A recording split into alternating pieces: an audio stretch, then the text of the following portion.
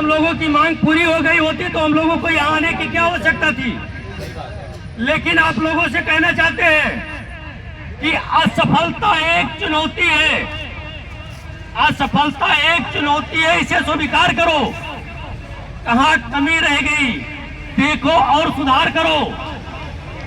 जब तलक ना हो सफल नींद चैन को त्यागो तुम, यूं ही संघर्षों का मैदान छोड़कर ना भागो तुम।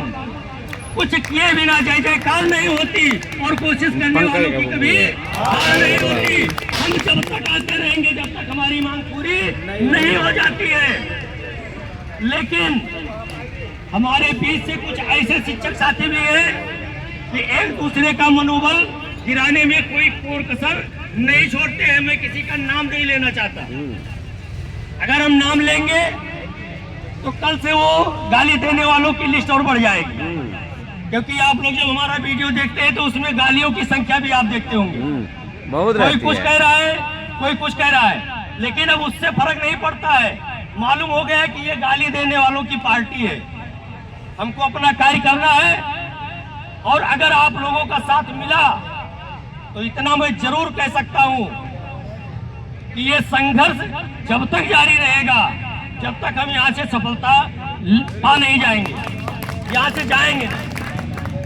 केवल आपका हम लोगों को सहयोग चाहिए। जब कभी भी बाबा आह्वान करें आप लोग यहाँ आए। और आपकी बात आज के 1 साल पहले बिल्कुल खत्म हो गई, कोई उठाने वाला नहीं बचा था। यही अल्पसंख्यक अधिकार दिवस के दिन शुरुआत किया गया था धरने का दोबारा। उसी दिन से आपकी बात विधानसभा में, विधान परिषद में बराबर उठ रहा है।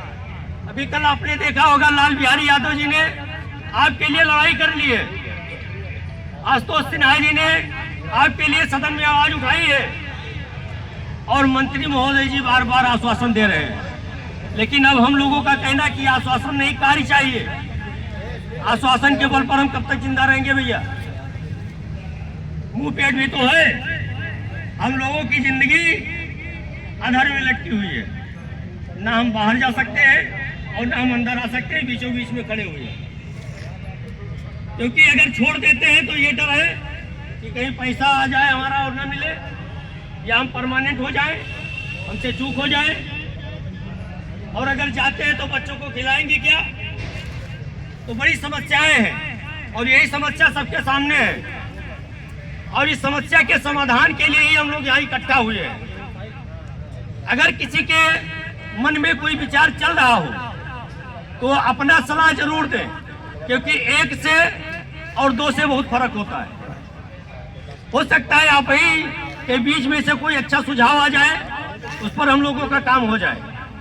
लेकिन इतना जरूर मान के चलिए कि कल सभी जिलों से रजिस्ट्रार महोदय का जो लेटर जारी हुआ है, सभी जिलों से अल्पसंख्यक कल्याण अधिकारी को सूचित किया गया है कि जितने आधुनिकीकरण स्कीम के तहत पढ़ाने वाले शिक्षक हैं उनका ब्यौरा दिया जाए।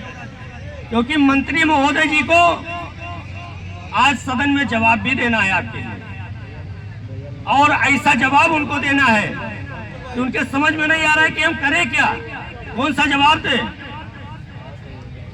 और एक चीज और जान लीजिए कि सुप्रीम कोर्ट में जब मदरसा बोर्ड को लेकर के एडेड मदरसा वाले जब जा रहे थे तो जो अगुवाई कर रहे थे उनसे मैंने फोन किया सईदी साहब के पास, और मैंने उनसे निवेदन किया कि सर केवल हम लोगों को उसमें मेंशन कर दीजिए। उनका जवाब आया कि आप लोगों का मैटर है, आपके संगठन के बहुत सारे नेता हैं, आप उनसे मिलिए, हमारा और आपका रास्ता अलग अलग है। फिर मैंने मुस्तफी साहब के पास फोन किया, उन्होंने कहा कि देखा जाएगा। उसके 1 दिन के बाद जो तत्कालीन चेयरमैन साहब थे उनके बाद भी मैंने फोन किया, उनका जवाब बिल्कुल गैर जिम्मेदाराना था। उन्होंने कहा कि हमारा काम है परीक्षा कराना, समय से रिजल्ट जारी कराना, नकल विहीन कराना इत्यादि।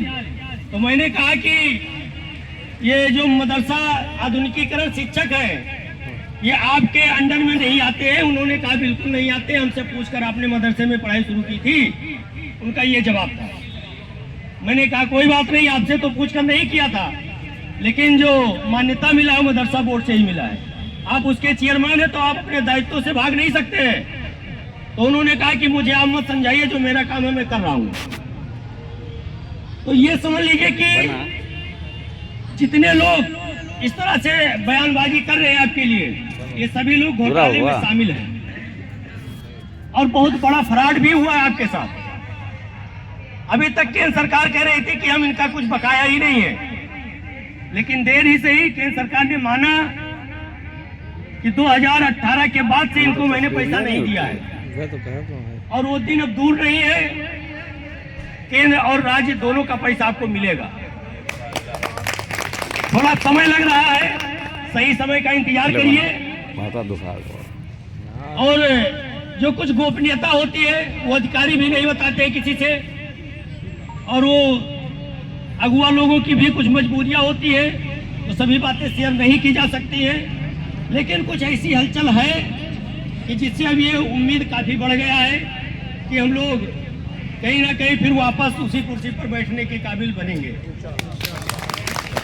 केवल आप लोगों को साथ देना है सिकंदर बाबा का, आप साथ दीजिए। विजय श्री यहाँ से लेकर के हम लोग जाएंगे, इतना मैं आप लोगों को विश्वास दिलाता हूँ। और मेरे भाई, आप लोग बिल्कुल परेशान ना हो, किंचित मात्र के लिए भी ना परेशान हो। आपकी लड़ाई लड़ने के लिए बहुत सारे लोग हैं, बस केवल आपको संख्या दिखानी है।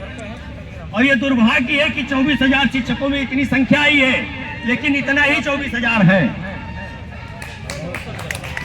इतने लोगों के साथ भी हम लड़ाई लड़ सकते हैं, ज्यादा भीड़ बटोरने से भी अच्छा नहीं है।